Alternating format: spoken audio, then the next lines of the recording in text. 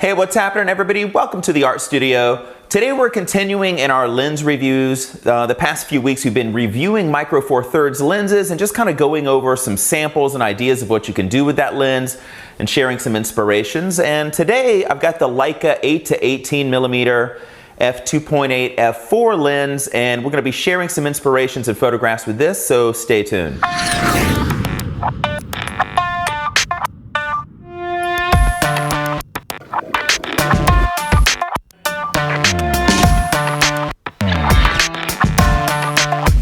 One of the things about lenses is they're kind of a work of art, right? Each one's a little bit different, and they're works of art that we create works of art on. So what's cooler than a camera lens? Today we've got the Leica 8-18mm 2.8 f4, and it will be a little bit in contrast to this Lumix 7-14mm that we reviewed recently on our site as well. We're going to kind of compare the two, and then I've got some photographs and inspirations to pull up regarding the 8-18mm. So let's dive over to the computer, look at B&H, check out the price point, all those good things. So over on B&H, we're looking at a lens that's $1,000, $997.99, and it's a full frame equivalent of 16 to 36 millimeter. It is a splash dust and freeze proof design, so it is of course weather sealed. You can check out reviews here on B&H, see what other people think about it as well. And yeah, so comparing these two lenses is kind of interesting because, you know, I went to pick this up this afternoon up at the house, and I'm thinking, this is a bigger lens than this. And it is, but when you really put them side by side, the 7-14 and the 8-18 are really actually quite comparable. Let me see if I can get a closer view for you guys. Very similar in size. Definitely the 7-14 is slightly smaller, but not a whole lot. This does have a built-in hood with the 7-14. This has a hood that comes on and off, which is kind of a nice thing because you can put filters on the 8-18. You cannot really do that on the 7-14. So that's a little bit of a differential between them. The 7-14 is f4 all the way through. This is a very gradual shift from 2.8 when you're at f8 as you dial in all the way up to f6, or I should say at 8mm, you go all the way up to f16 and you start to see that it becomes f4 right at the 16 mark. So very gradual way that this transitions. With that said, let's dive into some inspirations. I've got a Lightroom catalog that I've pulled up. It's over 10,000 photographs of photographs that we've taken with Micro Four Thirds lenses and cameras. And so let's pull up some inspirations here with this as well. This is not only my photography, but my wife's as well today. This is an assignment we were on in Verona, Italy, creating some photographs at Pasqua Vineyards. And we wanted to do some portraits of the CEO here. And one of the things that we wanted to do was to work at f22 in this situation. Now, I know we pay for fast glass, and a lot of times we want to shoot at 2.8 or the fastest apertures we can because we've paid for this glass, but it's smart to start thinking about different apertures as well. And one of the things that we try to do is to push the limits the opposite direction to f22 sometimes, especially when we're in environmental situations. Because as you can see here, what you do when you do work at f22 is you keep everything in focus, and then you can start paying attention to foreground, the central part of the photograph, and the background, and also create leading lines by keeping them in focus, as you can see with the trees here. So just a thought process. Don't just shoot wide open. Start playing with all sorts of things, even going as far as f22 with your portrait photography, because it'll open up some ideas and some doors. This is just out in the fields in Verona, capturing kind of the people that work on the grapes and keep everything kind of fresh and going.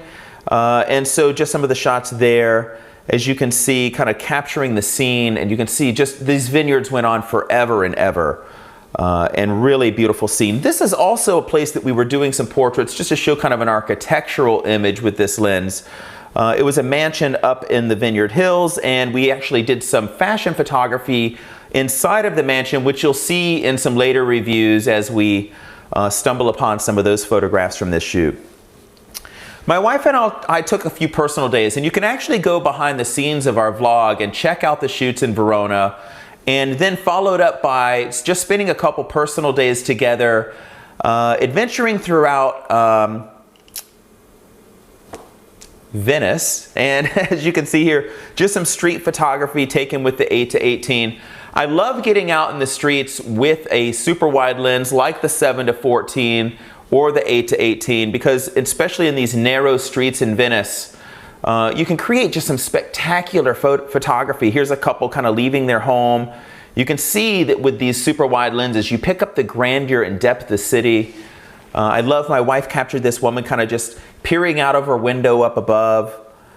And I loved this shot of this little girl, same kind of open pathway here, and she's walking her dog here and kind of looking back to the camera. Really beautiful shot. And so we kind of spent a couple of days just wandering around, capturing the streets of Venice, capturing some of the architecture and lifestyle and things of that nature. Shifting over to wedding photography here, this is a great lens when you're in a limo or a car. Here we're in an SUV, just kind of looking back and capturing a couple shots as we're on our way to take some portraits throughout Newport, Rhode Island.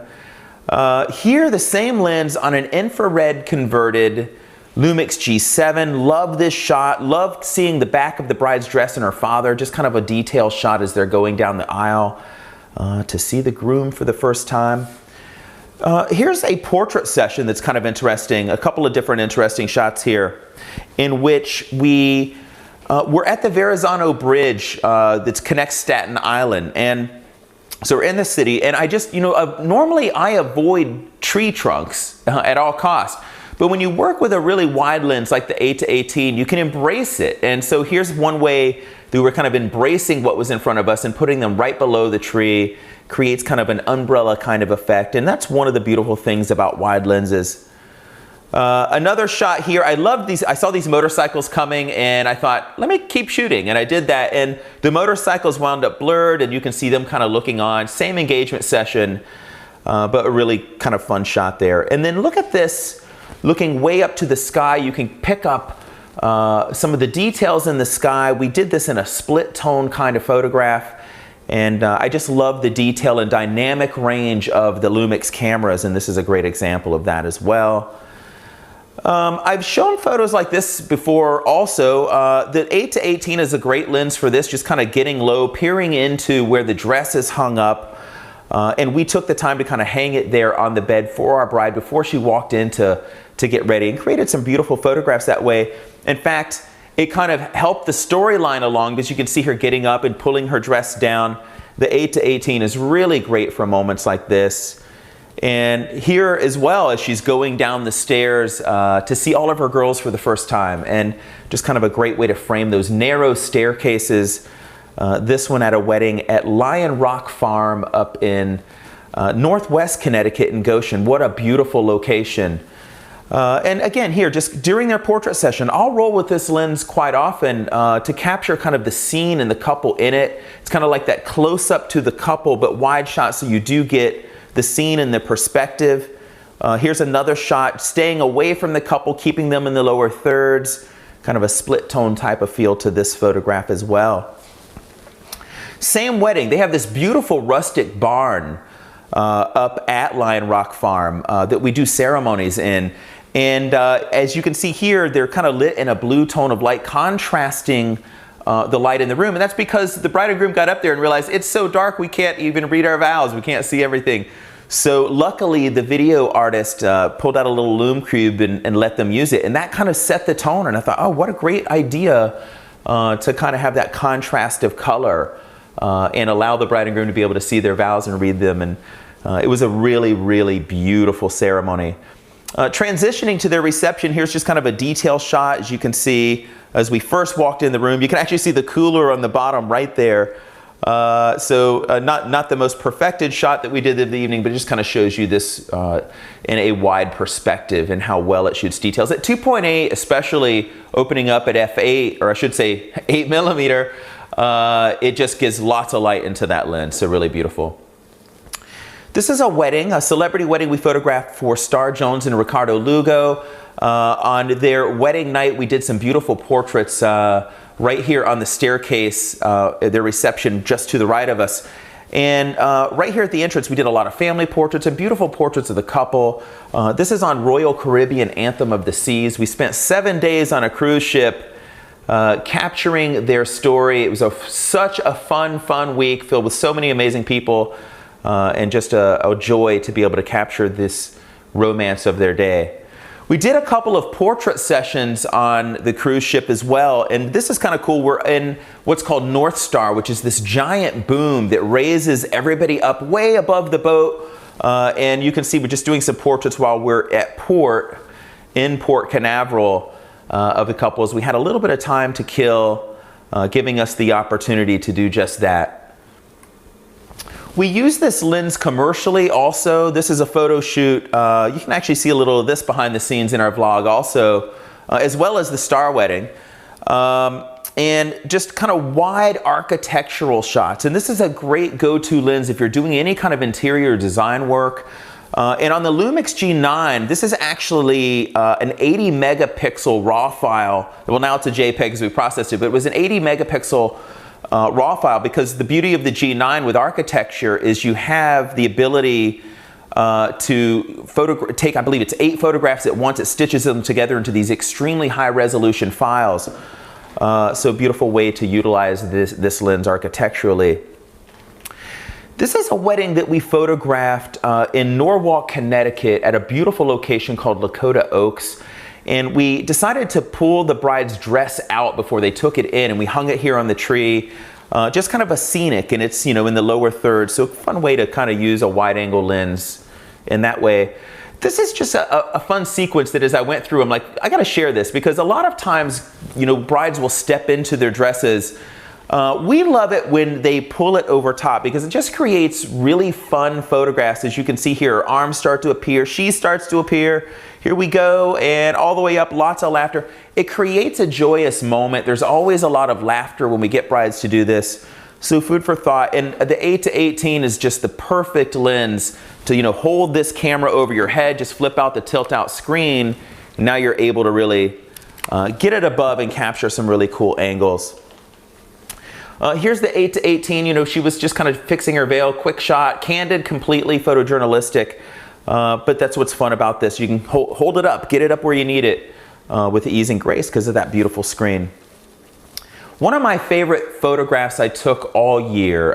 There's just such a celebration kind of feeling to this photograph.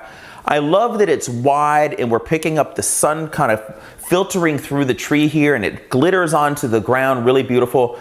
And the couple just so happy. They just, gave their kiss, and everybody's cheering, and they're walking out of their reception, and I just love this photograph. Again, the dynamic range of that G9 was just tremendous. Keeping detail in the shadows, the sun way up above, but lots of detail in this photograph throughout. This was just kind of a grab moment. I was at St. Clement's Castle in Portland, Connecticut, and the bride, literally I turned the corner and saw the bride coming down, and here I'm 8-18 again, just keeping her offset. And I love kind of how it's just an offset kind of image of her coming down the stairs here. Same bride. We're very lucky that this location allows horse and carriages to it. Perfect location to do it because it's a castle overlooking the Connecticut River. And I just love this because you can see her very detailed inside of the carriage there. Same thing here. You can kind of see the whole scene and framing the carriage below. This taken in infrared on a Lumix G7. I love the creative framing. I kind of loved how the trees came to the center here in the middle and allowed me to kind of frame everything below this little 2 archways. Pretty little way to do that. This is a bar mitzvah that we photographed this summer. That was really beautiful in Cheshire, Connecticut. And you can see here just kind of an odd kind of shot. We have lots of more traditional shots, but I loved kind of framing this from up in the balcony, and you can see the entire U there, the way we put it together. The 8-18 is great for that. You can see the tiniest bit of warping, but so subtle it's not even important to even mention. And here, I love this lens when people are going crazy on the dance floor. Here, they're playing some games with some of the kids, and we have our bat mitzvah here to the right, and he just, it's a great way to capture lots of action with ease. We've got a couple of ProPhoto strobes in the depths of the room, just kind of lighting the whole room evenly in a fun way to work. Here he's being announced in. I mean, he came in so fast. I got one shot. That's it. There was no chance to get anything else. He snuck right through, but you can see the flashes firing and really captured it well. So great lens for action in these moments, and just a detail of the room view at the same bar mitzvah, kind of showcasing it in an architectural environment one more time. So that is kind of a wrap today on the Lumix 8-18mm. I'm really hoping to get my hands on a Lumix S1. I'm told I will very soon, so I'm excited about that. Should be in February coming up, so I'm excited to take some photographs with that, spend some time with it. But I got to be honest with you, I fell in love with Lumix first, and then I realized the benefits of Micro Four Thirds, which was that I found myself carrying lots of different lenses, and every lens gives you the ability to see the world just a little bit different. Even these two here, even though they're so close in focal lengths, that it's like I said, they are works of art that allow us to create works of art. And that's why I'm having a lot of fun here doing these little lens reviews and just sharing photographs with them. I hope these inspirations kind of share what you can do with the 8-18. And with that said, I appreciate you, everybody. More lens reviews on the way as we kind of work through all the different lenses that we have in the Micro Four Thirds format. And then we'll start talking some full frame very soon as well. I appreciate you, everybody. Have a great one.